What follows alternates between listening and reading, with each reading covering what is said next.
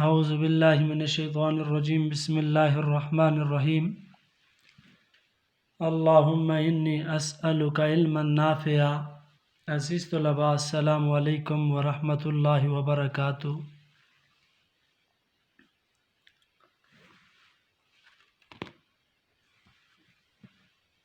عزیز طلباء،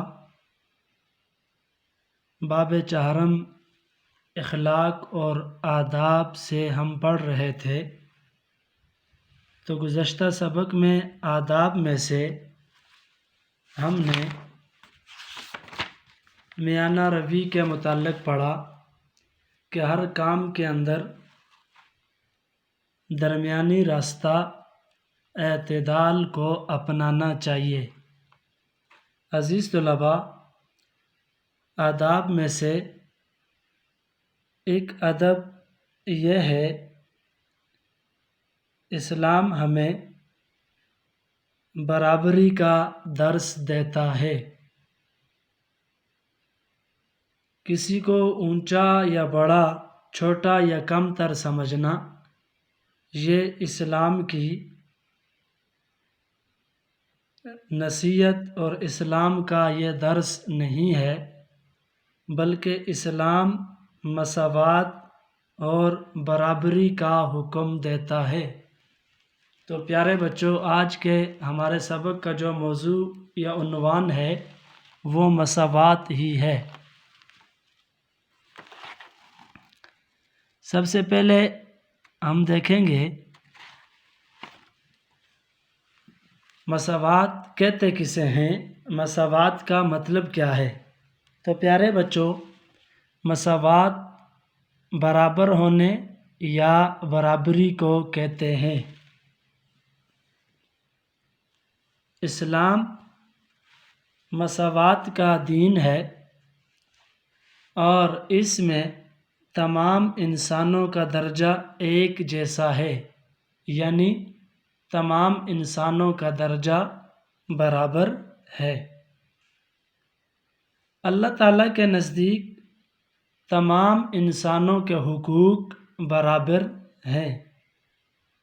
تمام انسانوں کا خالق، مالک اللہ تعالیٰ ہی کی ذات ہے اور سب انسان، تمام انسان حضرت آدم علیہ السلام کی اولاد ہیں، لہٰذا ہم سب ایک جیسے اور آپس میں برابر ہیں، اور اسلام بھی مساوات کا، برابری کا درس دیتا ہے۔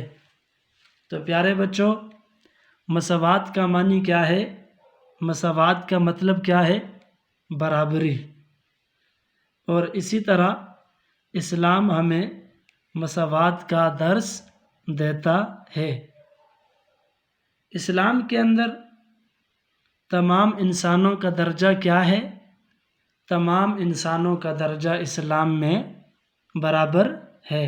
سب کے حقوق جو ہیں وہ برابر ہیں، اور جتنے بھی انسان ہیں دنیا کے اندر وہ کس کی اولاد ہیں؟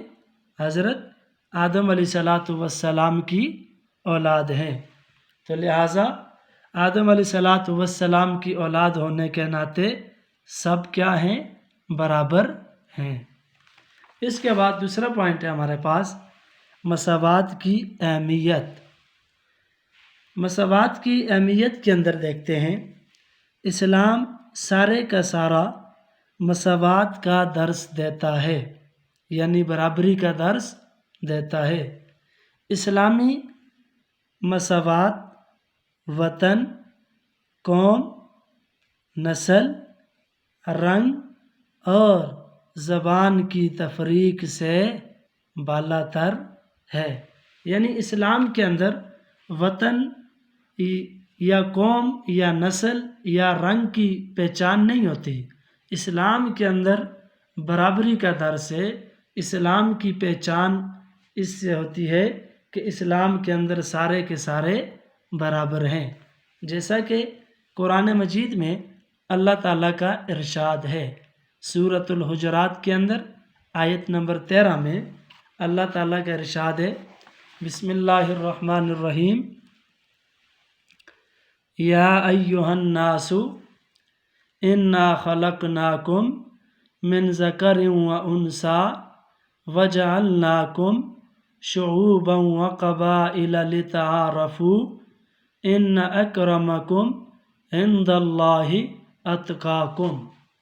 تو دیکھتے ہیں قرآن مجید کیسے مساوات کا درس دیتا ہے۔ تو عزیز طلباء، آپ بھی میرے ساتھ اس آیت کریمہ کو پڑھیں، پھر آتے ہیں ترجمے کی طرف۔ یا ایہا الناس انا خلقناکم من ذکر و انثی وجعلناکم شعوبا وقبائل لتعارفوا ان اکرمکم عند اللہ اتقاکم۔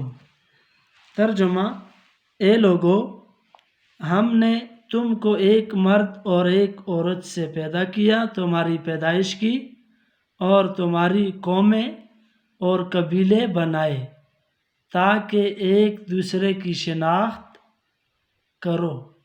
تو پیارے بچوں، قوم، رنگ، قبیلہ، نسل، زبان،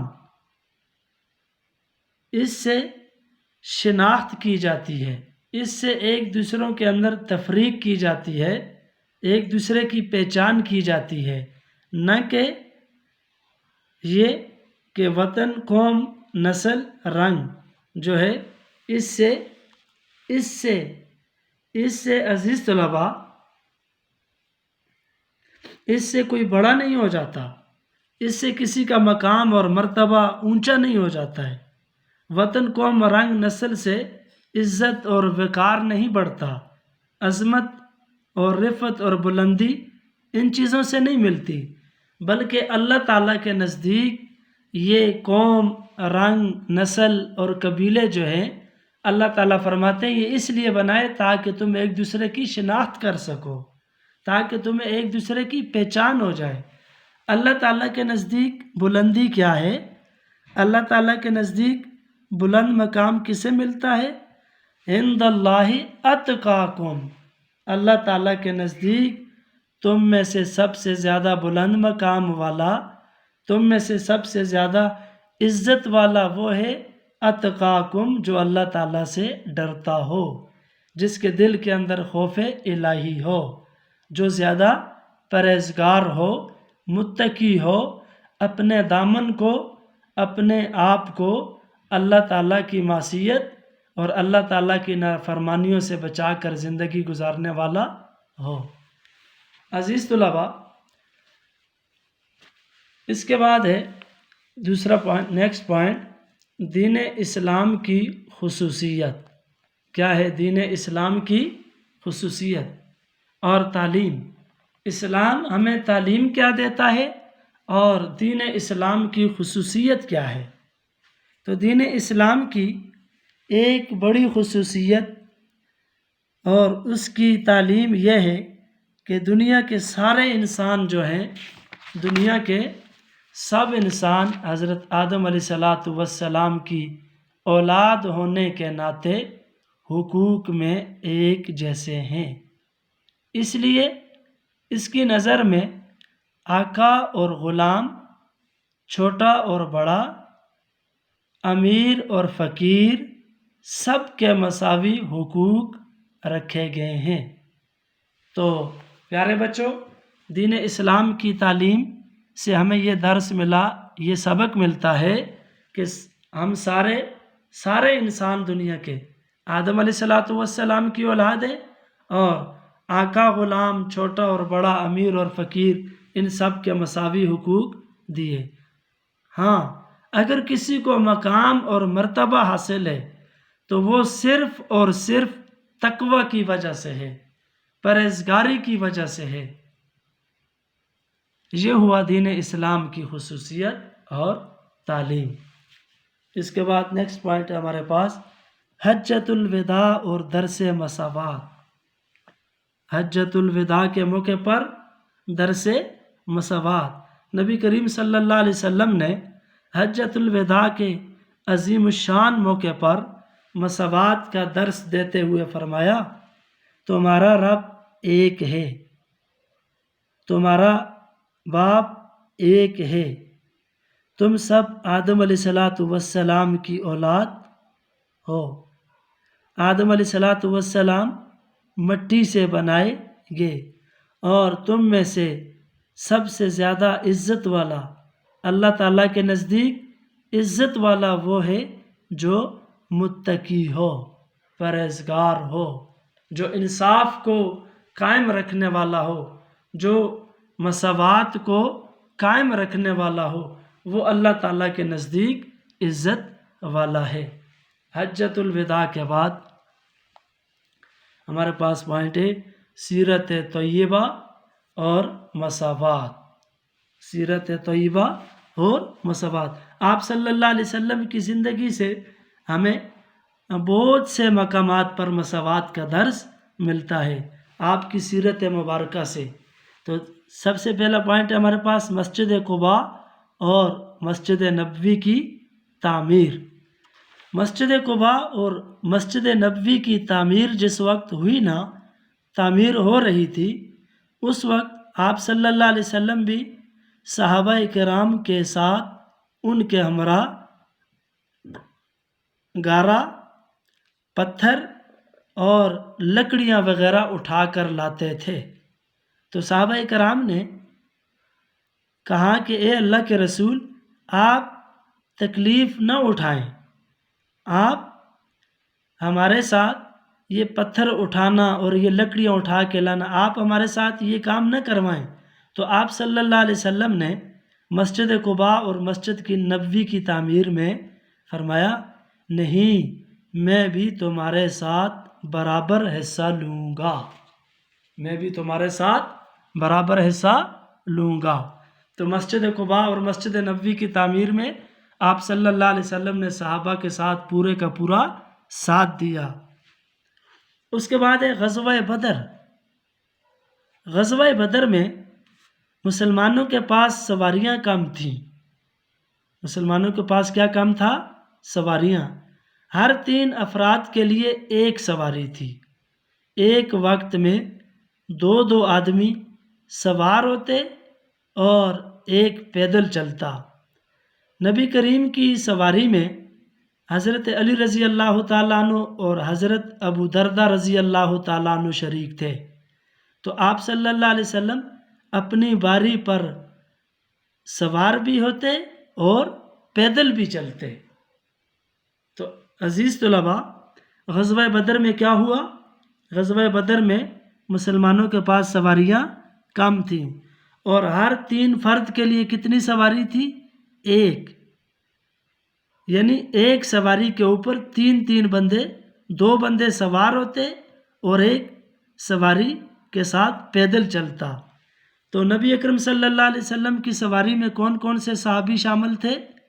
حضرت علی رضی اللہ تعالیٰ عنہ اور حضرت ابو دردہ رضی اللہ تعالیٰ عنہ شریک تھے۔